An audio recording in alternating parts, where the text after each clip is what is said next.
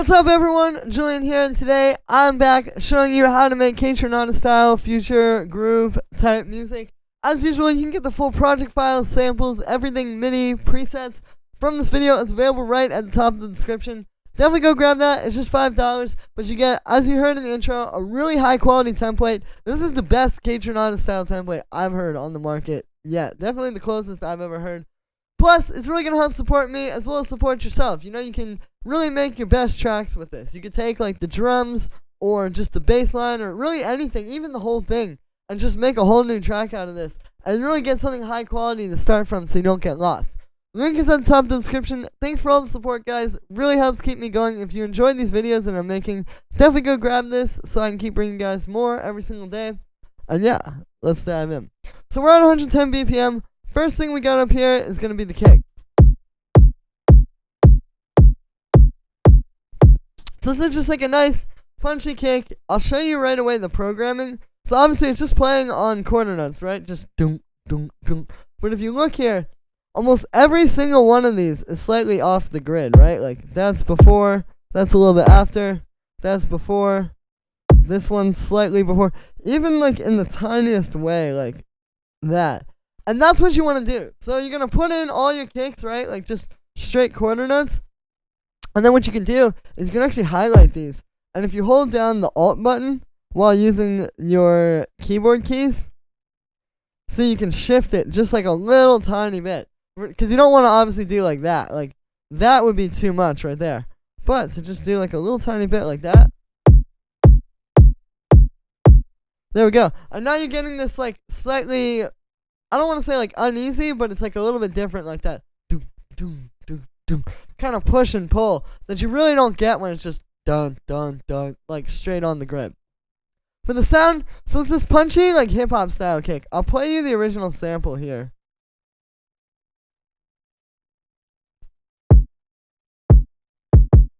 So yeah, like a nice punchy, but again, like more like a kick you would use in like a trap or like a drill beat or something like that, or like hip hop, rather than like a house kick. Like if you go and try to get one of these like house kicks for this, you know, like maybe something like that's a really good kick and all, but it's just not really gonna work here. You want this like shorter, more thumpy, like I said, like looking more into like hip hop style drums.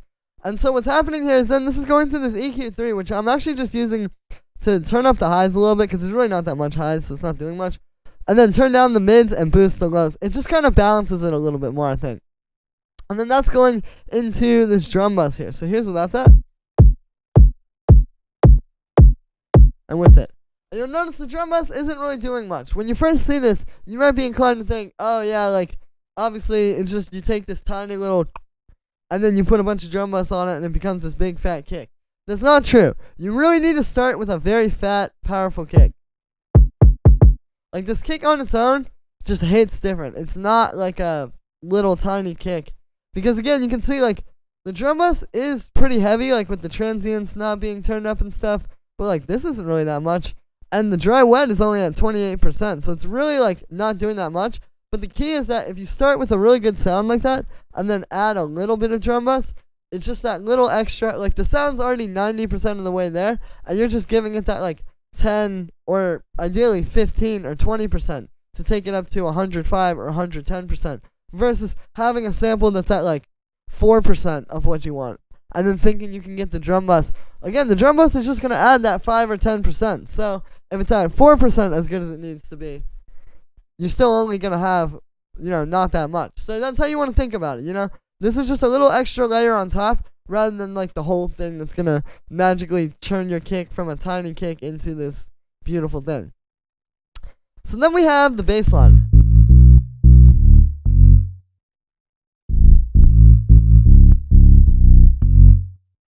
So this is, we're in the key of A major here. And yeah, so what we're doing is, you can see, it's just like actually a pretty simple bass line. Now this is a little bit confusing because if you look at the chords, it's not following the chords. And that's a really big part of what's making this sound. It's not just the notes that this bass is playing, because if you look, you know, it's really only playing 5 notes and then just octaves of those. So it's a very simple pattern, and it doesn't even play that much, right? You know, it's very spaced out. Right, like you have this whole bar, which really doesn't have that many bass notes in it, which is good. You want that space. But if you just have this follow the same chords that your like chord synth is playing, you're not really gonna get the right feel.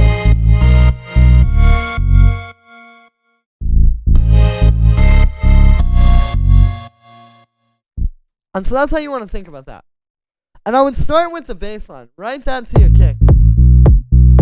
And then write some chords over top of it that are going to sound good.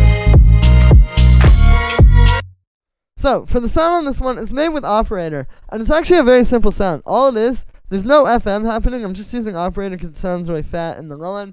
We just have a square wave and then a sine wave, which is an octave up from that. And then we're low passing them. So here's without that. Right? It's just a super fat bass wave. And then we've got the low pass on there.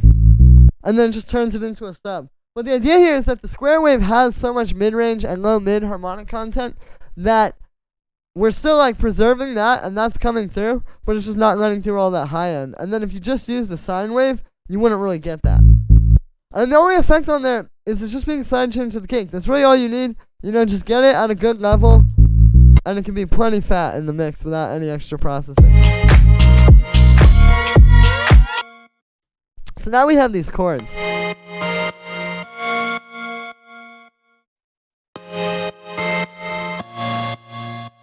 So you can see that what's happening here is these are actually pretty similar. Like,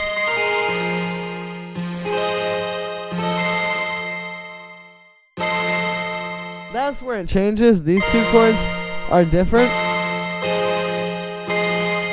But see, these two are actually the same thing. It's just like this F minor.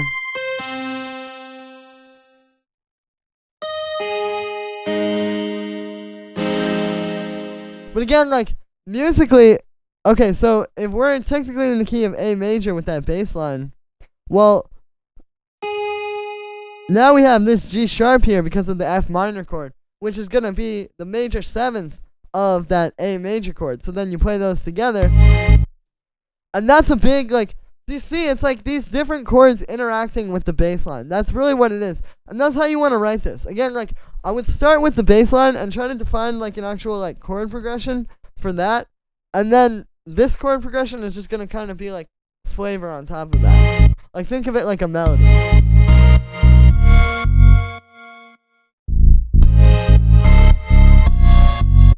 Now, for the sound, this one's made with wavetable. So what we've got here is we have 2 square waves. You can see one is just an octave up, and then we just have the amp envelope set like that. It's a really simple synth patch. And I believe, yeah, that's all there is. Then we just have a bit of chorus.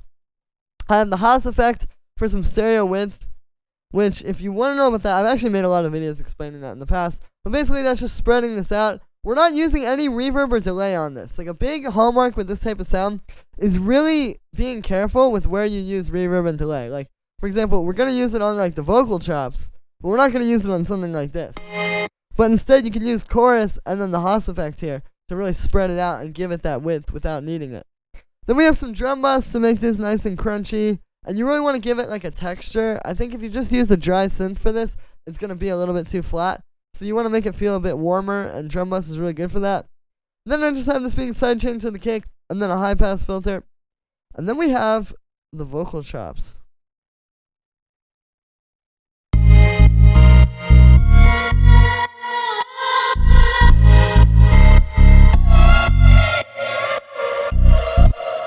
So it's these super soulful vocals. I'll play you the original samples here. Arms around me. Like, it's honestly like some burial style vocals or something. And what I did is you just can right click on these and do slice to new MIDI track, and then I did quarter note. Just like that, like exactly what you just saw me do. And then you have all these slices of the vocal. So then what I did is then I went and I figured out you have to pitch it, so you have to make sure it's going to be in the same key, obviously, because but yeah, and then you can see it's kind of like the call and the response. It's like we have the call with this first one, and then the response.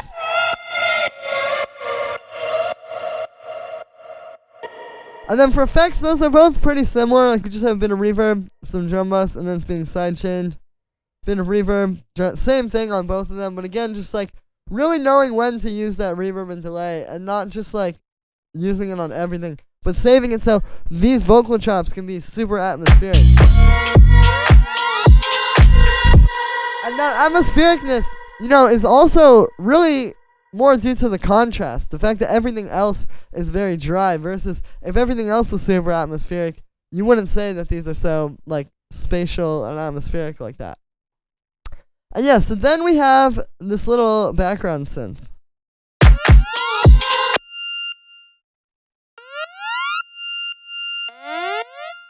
Which if you hear it in the middle of the track.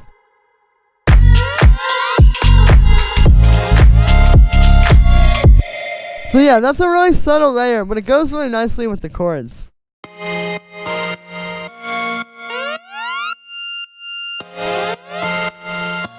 Like, I think it sounds really good here where you have it playing at the same time as the chords, because they kind of like blend together and you get like a very interesting synth sound. But you can still hear the two separate layers. So this is made, it's just playing one note, right? It's just playing F. And then what we're doing is you can see it's two saw waves inside of analog here, and not really anything too crazy going on, except for the first one has its own pitch envelope. So that's how the sound is being created. You have one where the pitch is going, like if I turn off the second oscillator, you can hear that. Right, so it's that, but then you're hearing the steady one. And it creates a really cool sound that way. And then it's just being sidechained, and I have a high pass filter on that. We have this little glockenspiel as well. So that's something you hear in a lot of these kind of tracks, you know. It's nice because we have all these synthy elements and all these very like kind of programmed things. So this just brings in something organic, and it's literally just this glockenspiel sound. It's just playing a few notes that fit into the key. It's just like that little transition at the end of 4 bars, and then we have it over here too. You know, super simple, but it just adds that little extra musical flair there. And then that's just being sidechained. And then we have the drums.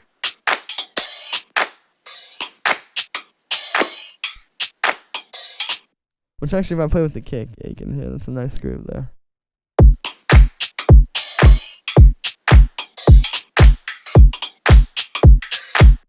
So I'm just going to walk down the line here.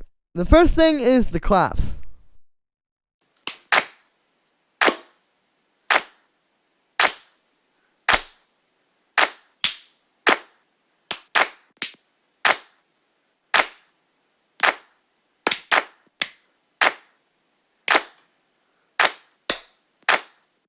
So what's happening here is we have a main layer, which is just this little clap sample, which is like a very organic hand clap.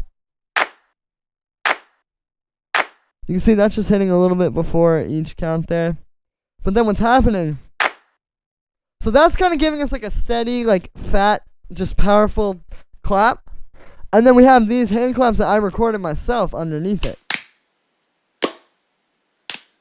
And so you can see these are playing at slightly different times, and then I have them panned. And the reason why we have these is because the sample on its own, you know, it's the same thing over and over. It's not going to sound that live because it is the same thing. But these on their own, they are very live and very like free because they're not exactly at the same time every single time. But as you can hear, they're not as punchy. So if you put those over top of the sample, now you get one really fat, full-sounding clap, but it has all the variation, and it's constantly changing because you have these. And even like having like these little, you know, all those little like extra hits in there that I added. And all you have to do, it's literally just the simplest thing. Just hit record, you know, clap into your mic, do a few different ones, do it at a few different angles, and you'll get that variation. It's not really that hard to do. And then on the group of these, it's just a bit of drum bus and then a high pass filter. And yeah, then we have this drum rack.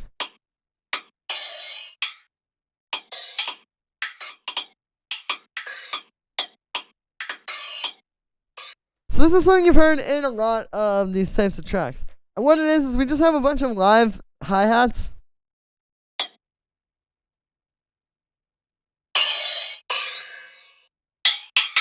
Right? And then it's just playing these extra hits kind of bouncing off of the main drums. Like, it's not meant to be, like, too busy, but it's just giving you that groove.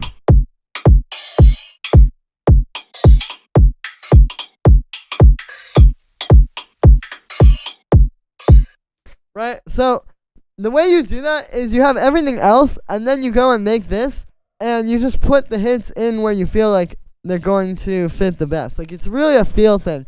And you can see there's a lot of like movement with the velocities as well. It's never just like one velocity, right? And especially if you have like two right next to each other like this, you want it to be like kind of building in like that.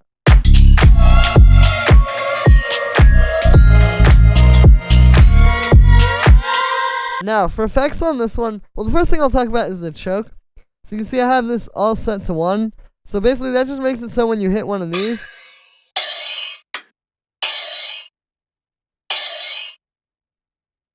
like hitting 1, see, it stops whichever one is playing. That's why we do that.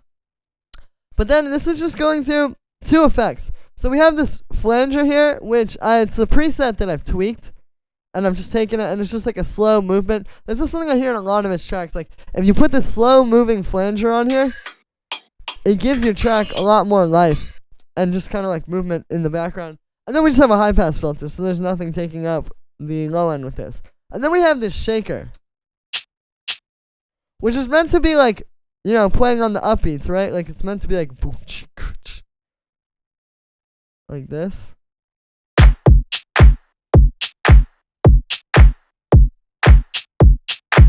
But you can see we're skipping out on a few hits. So basically, it's like, it's kind of like playing with like how much do you really need to have. Like, yeah, you could have it just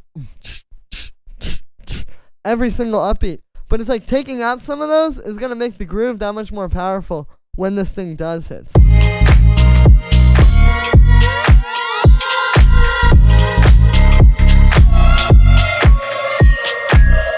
Right? It's like you don't need to have all those extra hits. And it's going to allow you to have more room to focus on other elements in the track. You know, this way we can focus on this drum rack of hi-hats a lot easier now. And then on the group of all that percussion, I just have a little bit of drum bus. You can see we're blending it, so it's not too much, but here's without it. And then with it. So it just gives us that last little bit of life and fullness to the drums, and also kind of provides some like glue to kind of tie them all together. And then the last thing here is just a bit of vinyl noise. So it's something you hear in a lot of these tracks, you know, Kaytranada uses this a lot. It really gives a lot of vibe to your track. I could actually turn it up even more. But especially like if you have the intro, like maybe your intro could be like something like this.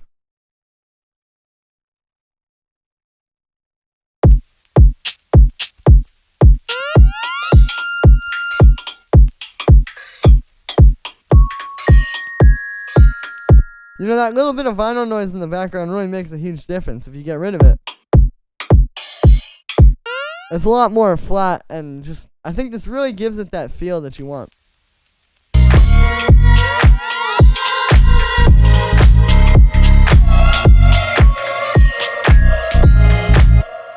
And yeah, so that's going to be it for this one, guys. I hope you enjoyed. As always, make sure to like this video as well as subscribe. And let me know what you think of this video in the comments. Like I said in the beginning, you can get the full project files, samples, MIDI, presets.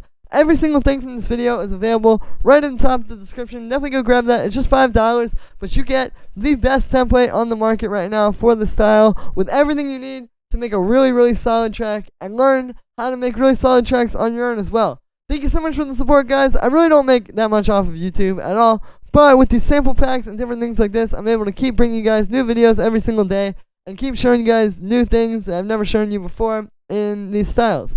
Thank you so much for all the support, guys. Every little bit helps, and I will see you tomorrow with another video.